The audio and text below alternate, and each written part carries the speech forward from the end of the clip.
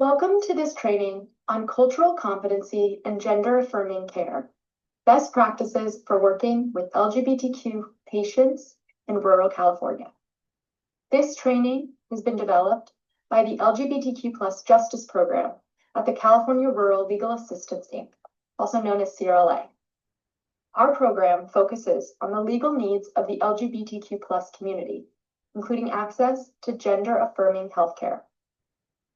The goal of this session is to strengthen providers' capacity to deliver competent, compassionate, and legally compliant care to transgender and gender-diverse patients across rural regions of California.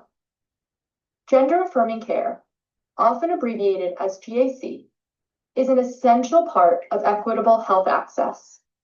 It encompasses a range of interventions, medical, social, and psychological, that affirm a person's gender identity and expression. Throughout this presentation, the focus will be on grounding that care in both evidence-based standards and the legal protections that exist in California. This training is designed with 4 core goals in mind. First, to increase access to competent and compassionate healthcare for transgender and gender-diverse people. Second, to build provider skills to work effectively and respectfully with patients of all gender identities and expressions. Third, to reduce healthcare avoidance and disparities, which often arise from prior negative or stigmatizing experiences. And finally, to apply the Standards of Care, version 8, often referred to as SOC 8, to the unique realities of practicing in rural California. By the end of this training, the goal is for providers to feel confident applying these principles in daily practice, whether in intake, treatment, referrals, or documentation. This training draws from several major authorities in the field of transgender health. The first is the World Professional Association for Transgender Health, or WPATH, and its Standards of Care, version 8. SOC 8 offers internationally recognized evidence-based guidelines that address the healthcare needs of transgender and gender-diverse people across their lifespan. Additional reference frameworks include the DSM-5 and ICD-11, which define diagnostic criteria related to gender dysphoria, as well as materials from the UCSF Center of Excellence for Transgender Health, the Fenway Institute, and the National LGBTQIA+ Health Education Center. The American Medical Association's guidelines on medical necessity also inform this training, reinforcing that gender-affirming care is medically necessary and consistent with accepted clinical standards. Together, these resources provide a solid foundation for culturally competent and lawful care. Before diving into practice and policy, it is essential to ground this discussion in shared terminology. The term transgender and gender diverse, or TGD, refers to people whose gender identity differs from the sex they were assigned at birth. This includes transgender men, transgender women, and people who identify as non-binary, gender fluid, gender expansive, or other identities beyond the traditional male-female binary. Gender identity refers to one's internal sense of self, how a person perceives and names their gender, which may or may not align with their sex assigned at birth. By contrast, cisgender refers to individuals whose identity aligns with their sex assigned at birth. Non-binary, which we'll get into later in this presentation in more detail, is an umbrella term for gender identities that are not exclusively masculine or feminine. It is important to recognize that non-binary identities are valid, distinct, and not halfway between male and female. And finally, gender diverse can be understood as a broader umbrella, acknowledging the many ways people experience and express gender across cultures and histories. Understanding these definitions helps providers communicate respectfully and avoid assumptions during clinical encounters. In 2023, California enacted the TGI Inclusive Care Act, which provides some of the nation's strongest protections for access to gender-affirming care. This law guarantees access to gender-affirming care for all Californians. It prohibits insurers from denying or limiting medically necessary care based on gender identity or expression, and it requires culturally competency training for both healthcare providers and health insurer staff. For healthcare providers, this means that continuing to offer gender-affirming care is not only ethical, it is also a legal requirement under state law. California's legal framework explicitly protects both patients and providers, even in the face of federal political shifts. The key takeaway for California's providers is this: federal orders or restrictions do not override California law. Providing gender-affirming care in California remains lawful, necessary, and protected. Continuing to do so aligns with state law, professional ethics, and medical evidence. This is especially important in rural California.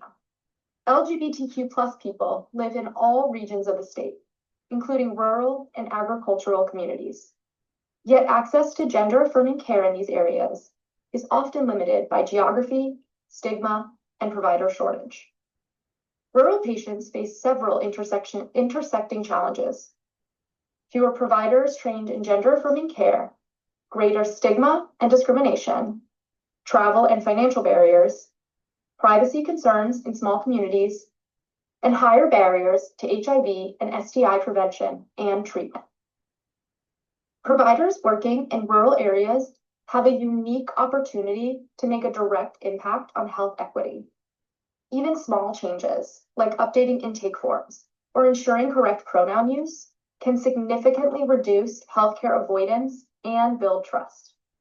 Ultimately, culturally competent care in rural settings helps reduce disparities, improves patient outcomes, and affirms the dignity of every patient.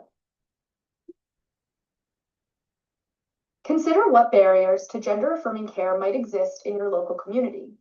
What steps, large or small, could your clinic take to create a more inclusive environment for transgender and gender-diverse patients? To provide effective gender-affirming care, it is important to understand several core clinical and ethical concepts. The first is depathologization. Gender diversity is not a mental disorder. The distress some individuals experience, known as gender dysphoria, arises not from identity itself, but from the incongruence between their experienced gender and societal or physical barriers to affirmation. Earlier versions of diagnostic manuals used the term gender identity disorder, which suggested pathology and identity. This framing has shifted. The current understanding, reflected in DSM-5 and ICD-11, places emphasis on alleviating distress and removing systemic barriers rather than curing gender variance. The second concept is medical necessity. The American Medical Association defines medical necessity as healthcare services or products that a prudent physician would provide to prevent, diagnose, or treat illness, injury, or symptoms in accordance with accepted medical standards. Under this definition, gender-affirming care meets the criteria of medical necessity. Interventions such as hormone therapy, surgeries, or counseling are not elective. They are evidence-based treatments that support a person's health and well-being. The goal of gender-affirming care is therefore not cosmetic, but restorative, aligning the body and social recognition with the person's gender identity, leading to improved mental and physical health outcomes. Gender-affirming care encompasses a broad range of interventions. These may include, but are not limited to, hormone therapy, also called endocrine therapy, surgical procedures such as top, bottom, or facial surgeries, voice therapy or surgery, hair removal or transplantation, and counseling or peer support. It is important to emphasize that this list is non-exhaustive. There is no single pathway for every patient. The appropriate intervention depends on the individual's goals, health needs, and informed preferences. Clinicians should approach these interventions in the same way they would any other medically necessary treatment, with evidence-based judgment and patient-centered care. According to the standards of care, several core principles guide gender-affirming clinical practice.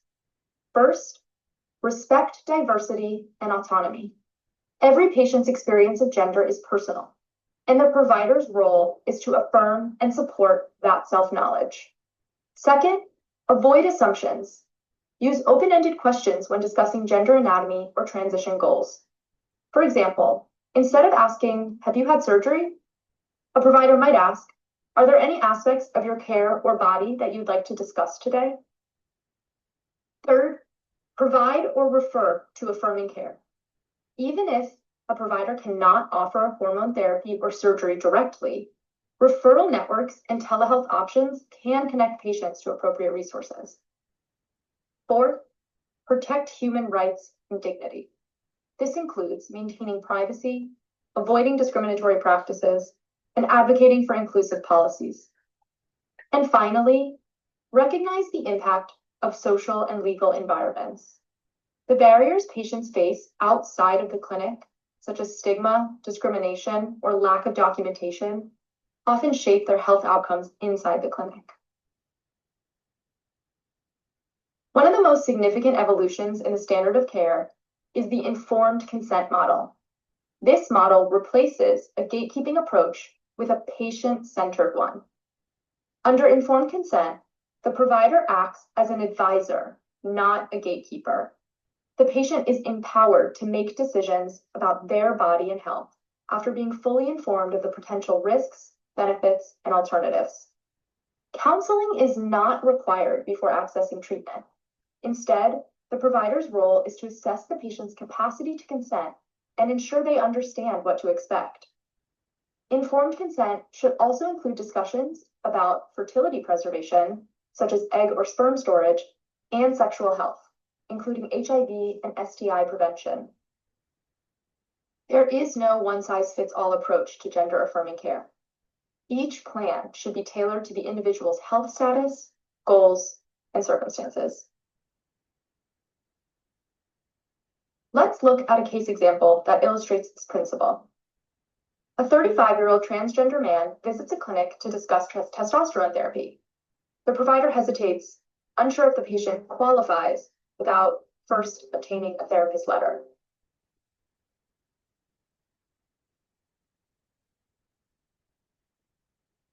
In this situation, informed consent, not gatekeeping, should guide the process. The provider's responsibility is to confirm the patient's ability to understand the treatment, discuss potential impacts, including fertility, and review options for HIV and STI prevention. When these steps are met, the patient is the decision maker, and the provider serves as medical advisor and supporter. Take a moment to reflect on what role informed consent can play in your gender-affirming care practice. In your own clinical setting, what adjustments, policy, paperwork, or training could help make this model the standard practice?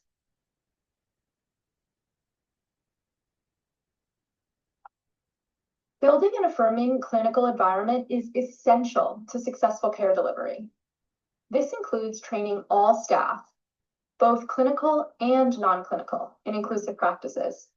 Receptionists, billing staff, and nurses often have the first and most frequent interactions with patients, and their approach can make the difference between comfort and avoidance.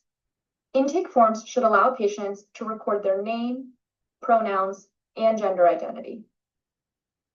Use correct names and pronouns throughout care, and avoid calling out legal names in public spaces such as waiting rooms. Electronic health records should reflect these identifiers consistently. Provide gender-neutral restrooms.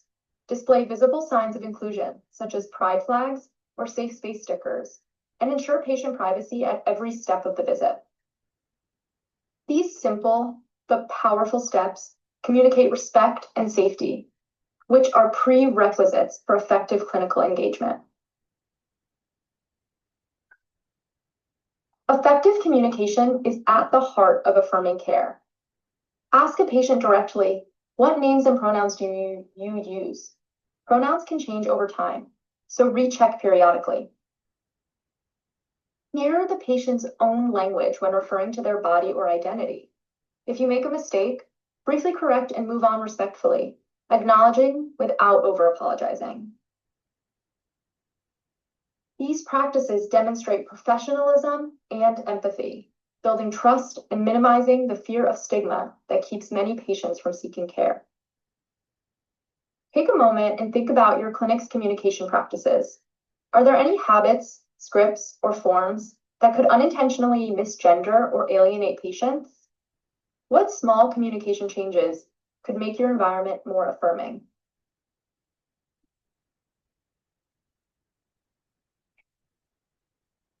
It's important to recognize that non-binary identities are not halfway between male and female. Non-binary is an umbrella identity that encompasses a range of experiences outside of the traditional gender binary. Gender is non-linear and culturally diverse. In many cultures, gender variance has existed for centuries under various names and traditions. For healthcare providers, the key takeaway is to assess care goals based on the patient's own framing. For some non-binary patients, gender-affirming care may mean medical interventions such as hormone therapy or surgeries. For others, it may simply mean being addressed with the correct name and pronouns. Effective care begins with listening to the patient's goals and tailoring treatment accordingly. Let's move on to another case example that highlights common barriers to affirming care in everyday clinical settings. A 22-year-old non-binary patient arrives at a rural clinic for asthma care. During check-in, the receptionist calls out the patient's legal name in the waiting room, one that does not match the name they use. The patient appears uncomfortable and later tells the physician they almost left before being seen. How can intake processes and the physical environment of your clinic better serve TGD patients?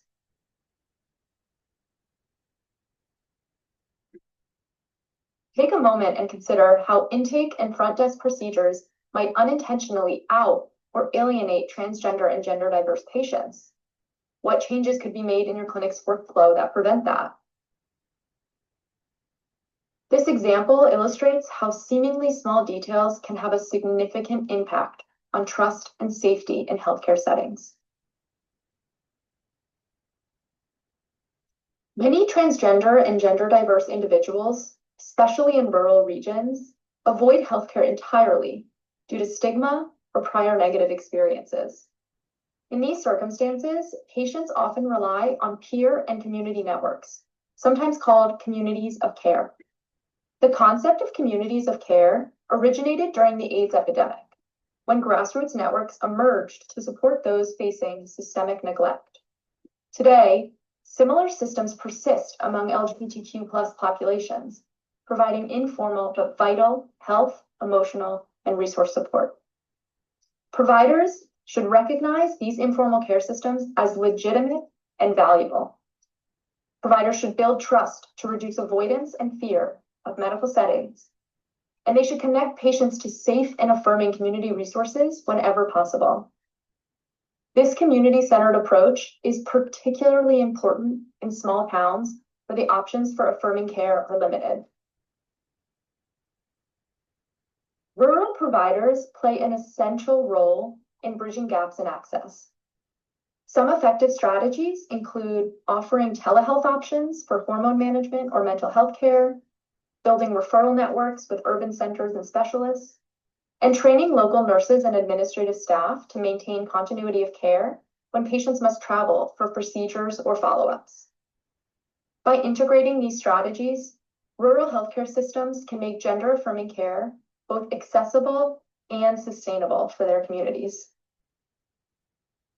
An intersectional lens is critical for understanding disparities in transgender healthcare. Transgender and gender diverse people of color face disproportionately higher barriers to access. For instance, transgender women of color experience a higher HIV risk, not because of their identity, but due to systemic inequities, including limited employment, housing, and healthcare access.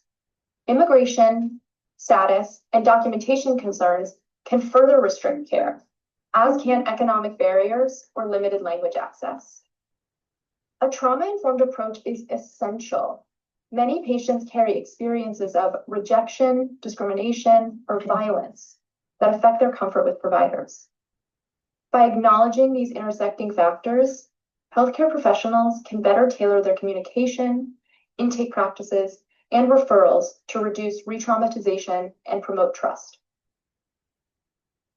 Think about the population your clinic serves. Are there particular barriers, such as cost, language, or immigration status, that may compound challenges for transgender patients? How can your practice integrate intersectional and trauma-informed approaches to address them? To summarize the clinical guidance section, here are several best practice principles. First, gender-affirming care is medically necessary, and it is supported by decades of research. Second, informed consent, not gatekeeping, is the appropriate model of care. Third, patient-led, individualized approaches yield the best outcomes. Fourth, inclusive clinical environments reduce healthcare avoidance and improve patient satisfaction. And finally, and importantly, California law explicitly protects the right to provide and receive gender-affirming care. Together, these principles ensure both compliance with the law and alignment with ethical, evidence-based medical practice. As this training concludes, several key takeaways emerge. Gender-affirming care is both lawful and required under California law. It is evidence-based, medically necessary, and clinically appropriate. Informed consent and individualized care models improve outcomes and protect patient autonomy. Creating inclusive environments, from intake forms to communication practices, reduce healthcare avoidance, and build long-term trust. Rural providers in particular are lifelines for access and equity. By offering affirming care, they directly reduce disparities and promote health justice across the state.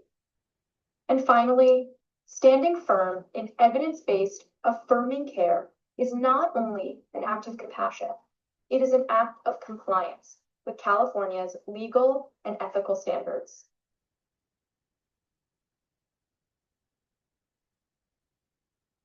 And finally, I offer a moment for you to consider one concrete change you can make in your practice, whether updating forms, providing staff training, or adjusting intake scripts that will make your clinic more inclusive and affirming for transgender and gender diverse patients.